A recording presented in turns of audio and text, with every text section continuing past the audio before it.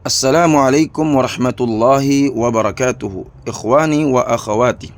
Sa video na ito, pag-aaralan natin ang talkhis ng kitab Kayfa Tutqinun Nahw. Ang gramatika ng wikang Arabic ay napakahalaga upang mas malalim nating maunawaan ng Quran at ang Sunnah at iba pang tekstong Arabic. Kaya't samahan ninyo ako sa pagsisiyasat ng mga bagong konsepto at patakaran sa Nahw na tutulong sa atin upang mas maging bihasa sa wikang Arabic. At kung gusto ninyong matuto pa ng higit pa tungkol sa Arabic language at iba pang kaugnay na aralin, huwag kalimutang mag-subscribe sa aking YouTube channel. Tara, magsimula na tayo. Bismillah.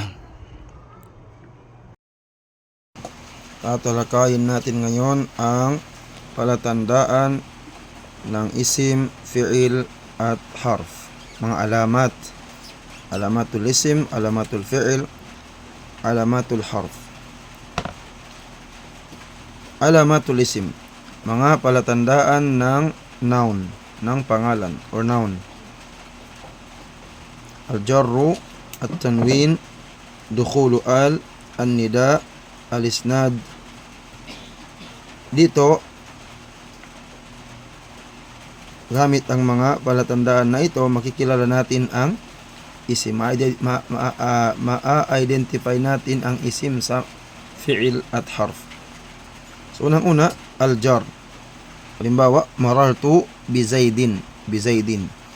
Yung Zaidin is majrur dahil mayroon harful jar na nauna sa kanya. Gaya ng bi Zaidin. So, yung Zaidin is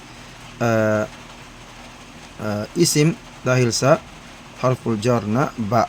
Bi Zaidin. Bi. Yung ba na yun.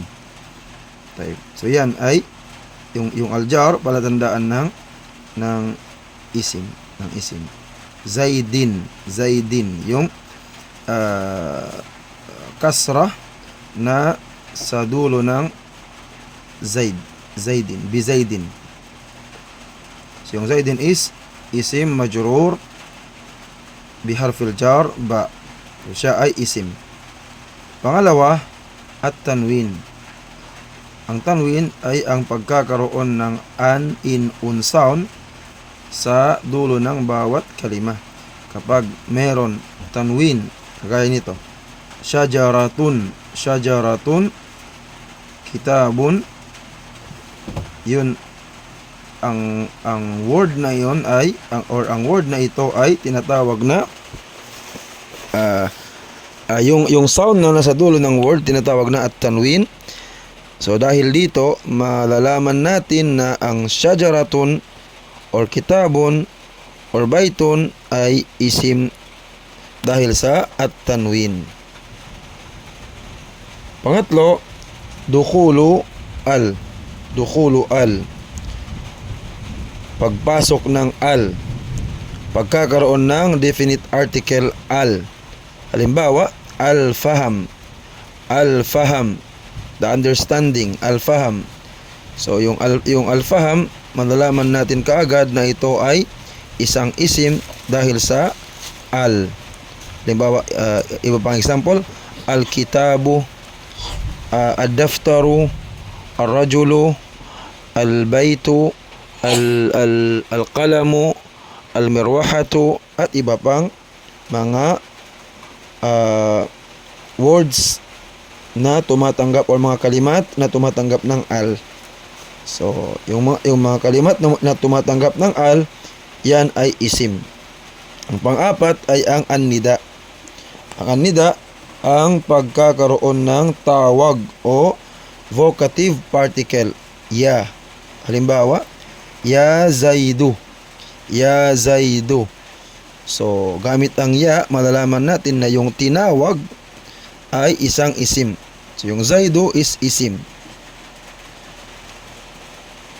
Ya Muhammad, ya Ustad, ya Rajul, ya Walad, lahat ng pwedeng tawagin ay tinatawag, lahat ng pwedeng tawagin ay isim. Dahil ang ya or ang nida ay isa sa mga palatandaan ng al-isim. Ang Panglima, ang al-isnad. Kagaya ng Muhammadun najihun. Muhammadun najihun. Ang isnad, pagkakaroon ng pagkakaugnay sa paksa ng pangungusap. Kagaya ng Muhammadun najihun. Si Muhammad, siya ang pinag-uusapan natin. Siya ang tinutukoy natin na najih. Muhammad is successful. Siya ang successful. So, ang khulasa, khulasa para maintindihan natin kung ano ang isnad, lahat ng pwedeng maging mubtada at pwedeng maging fa'il, yun ang isnad or al-musnad ilayhi. Yung pwedeng pag-usapan. Kagaya ng mubtada, yung mubtada siya ang pinag-uusapan at ang fa'il ganun din. So kapag ang isang kalimat pwede mong gawing mubtada or fa'il, yan ay isang isim. So yan ang mga palatandaan ng isim. Al-jarru, at-tanwin, dukhulu an-nida at al-isnad. Ang pangalawa, ang mga palatandaan ng pandiwa o verb. Alamatul fi'il. Alamatul fi'il, qad. Unang-una, qad. Pangalawa, ta'ut ta'nith. Pangatlo, sin aw sawfa. Pangapat, ya'ul mukhatabah. Qad. Pagkakaroon ng qad. Halimbawa, qad aflahal mu'minun. So yung aflaha ay fi'il dahil sa qad. Dahil mayroong qad na dumating before niya. Qad. Pangalawa ang ta'ut ta'nith. Halimbawa, qamat, dakhalat, darasat, sami'at. So lahat ng kalima na tumatanggap ng ta'ut ta'nith, ta na ang kanyang vowel na ta'us sakina lit ta'nith. Kanang dhahabat, katabat, sami'at. So itong mga words or mga kalimat na ito ay fi'il dahil sa, paano natin nalaman na ito ay fi'il? Dahil sa ta'ut ta'nith or tumanggap ito ng ta'ut ta'nith. Ang pangatlong sign, palatandaan ng fi'il, ang pagkakaroon ng sin o sawfa. Ang sin o sawfa ay nagpapahiwatig ng hinaharap. Ginagamit, ibig sabihin mayroon ditong meaning na future. Halimbawa, sa yafuzu, sawfa yafuzu, or sa yadkhulu, sawfa yadkhulu. Siya ay papasok soon. Sa hinaharap, ganun, sa future, soon. Sin at sawfa. So pag nakita natin yung sin at saka sawfa sa isang kalima, yung kalima na nagkaroon ng sin at saka sawfa, yan ay fi'il. Dahil ang sin at saka sawfa ay isa sa mga palatandaan ng fi'il. Ang panghuli, pang-apat ay ang ya'ul mukhatabah. Halimbawa, dhakiri, ijtahidi, idhabi, qumi. Lahat ng mga kalimat na tumatanggap ng ya'ul mukhatabah, ito ay fi'il. So yan ang mga palatandaan ng fi'il. Ulitin ko, qad, ta'ut ta'nith, sin o sawfa, ya'ul mukhatabah. Ang panghuli ang alamatul harf, palatandaan ng partikulo. Ang partikulo, anna al-harf la yaqbalu shay'an min alamatil ism wala shay'an min alamatil fi'il.